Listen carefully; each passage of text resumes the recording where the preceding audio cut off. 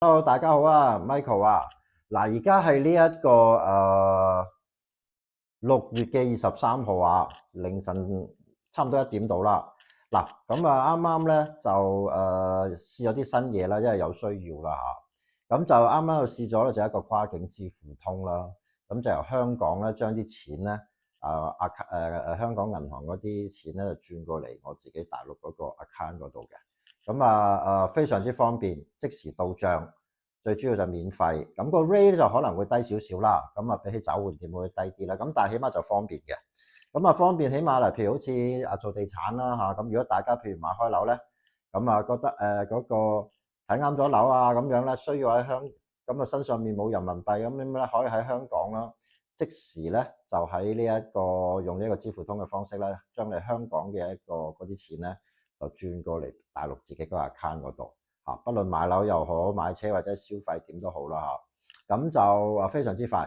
咁我頭先就試過一單噶啦，咁咧就覺得都值得咧同大家分享啦。咁所以咧就啱啱咧亦都再示範咁多一次，咁咧就等大家咧可以睇下點樣做法嚇。咁就嗱，好啦，唔好講咁多啦，而家示範俾大家睇啦。而家咧我就示範一下啦，因為我就用香港個恒生㗎嚇，咁所以我用翻香港恒生呢一個 Apps 啦。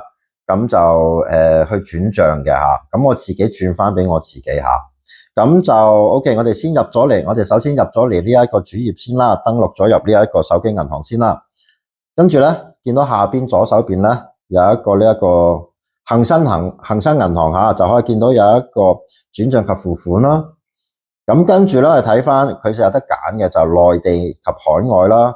咁我哋揀翻右手邊內地及海外咧，就會出現一個叫做置內地戶口同埋一個 Global Money， 咁就大家唔好用呢個 Global Money 啦，因為呢個 Global Money 咧就唔係即時轉賬同埋有手續費㗎嚇，咁所以就用翻置內地戶口。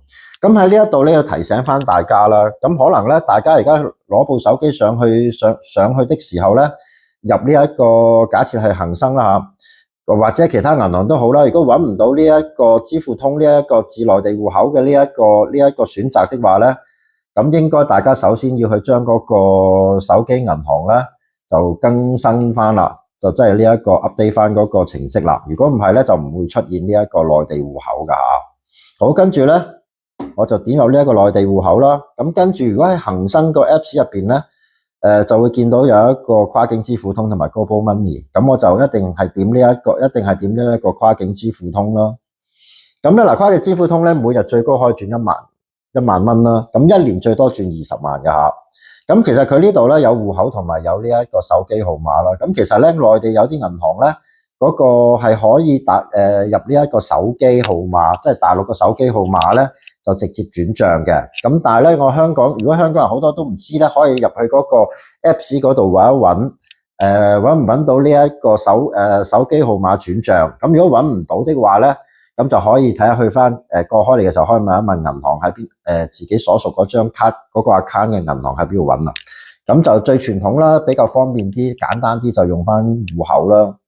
咁我哋入到呢一個戶口咧，其實有幾樣嘢要 set 嘅。第一就係個銀行啦。咁我喺大陸咧就用呢一個其中一個銀行就建設銀行啦。咁我點翻建設銀行。咁跟住咧就嗰個戶口啦。咁我 set 翻我建設銀行個戶口啦。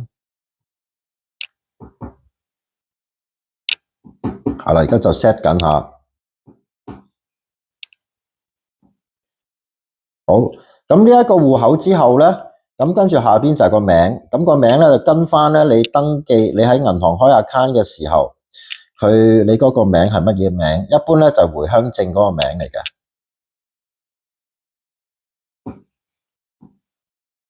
好，而家我入咗我自己個名啦。咁跟住確認冇問題之後咧，下邊有一個地址，咁地址嗰度就唔需要理佢啦。OK， 好，跟住我哋就下一步。咁下一步之後咧，跟住咧呢一度就會顯示啦。咁就你轉入去嗰個你要收幾多人民幣啦，同埋喺邊一間銀行邊個 account 嗰度支帳啦。咁大家就見到啦，我有一個直至現金咧，我用咗我嘅等值啦嚇，每日可以轉嘅額咧就係仲剩翻8897。咁呢個咧就因為我之前係轉咗1000蚊㗎嚇，咁所以而家咧就8897啦。咁我即係每一日，而家我今日23號啦嚇，而家凌晨我可以轉到嘅就897蚊。OK， 咁我就轉30蚊試一試俾大家睇啦。咁跟住支賬戶口咧，就你恒生嗰個 account 噶啦，人民幣或者港幣戶口都得。咁啊，人民幣咧就冇匯率嗰個出現，港幣就有匯率嘅。咁我點咗其中一個啦吓。OK， 咁啊跟住下邊轉賬用途嗰啲唔使理啦，收款人信息嗰啲都唔使理啦。好，咁跟住咧，而家咧我就呢一個下一步。嗱，跟住咧就會出現啦，就係嗰個轉賬嘅一啲資料啦，啊，收款人啊、銀行啊咁樣啦嚇，帳號咁樣。好，跟住就點確定？咁啊，而家等等啦，等佢撈緊啦。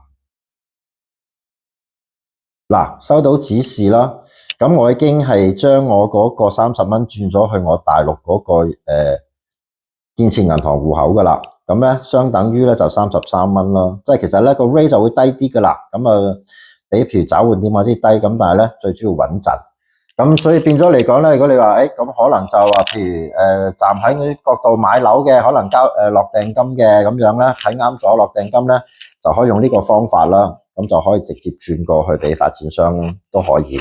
OK， 好啦，咁啊希望今次呢一個支付通呢一個操作咧，大致可以幫到大家啦，等大家知道點樣去呢一個而家用一個好簡單、好直接、好快同埋免費嘅方法咧，就可以轉到錢返大陸，俾任你嘅朋友啦、親人，包括你自己嘅 account 都可以嘅。OK， 好，咁啊呢集時間到啦，我哋下集再見啦，拜拜。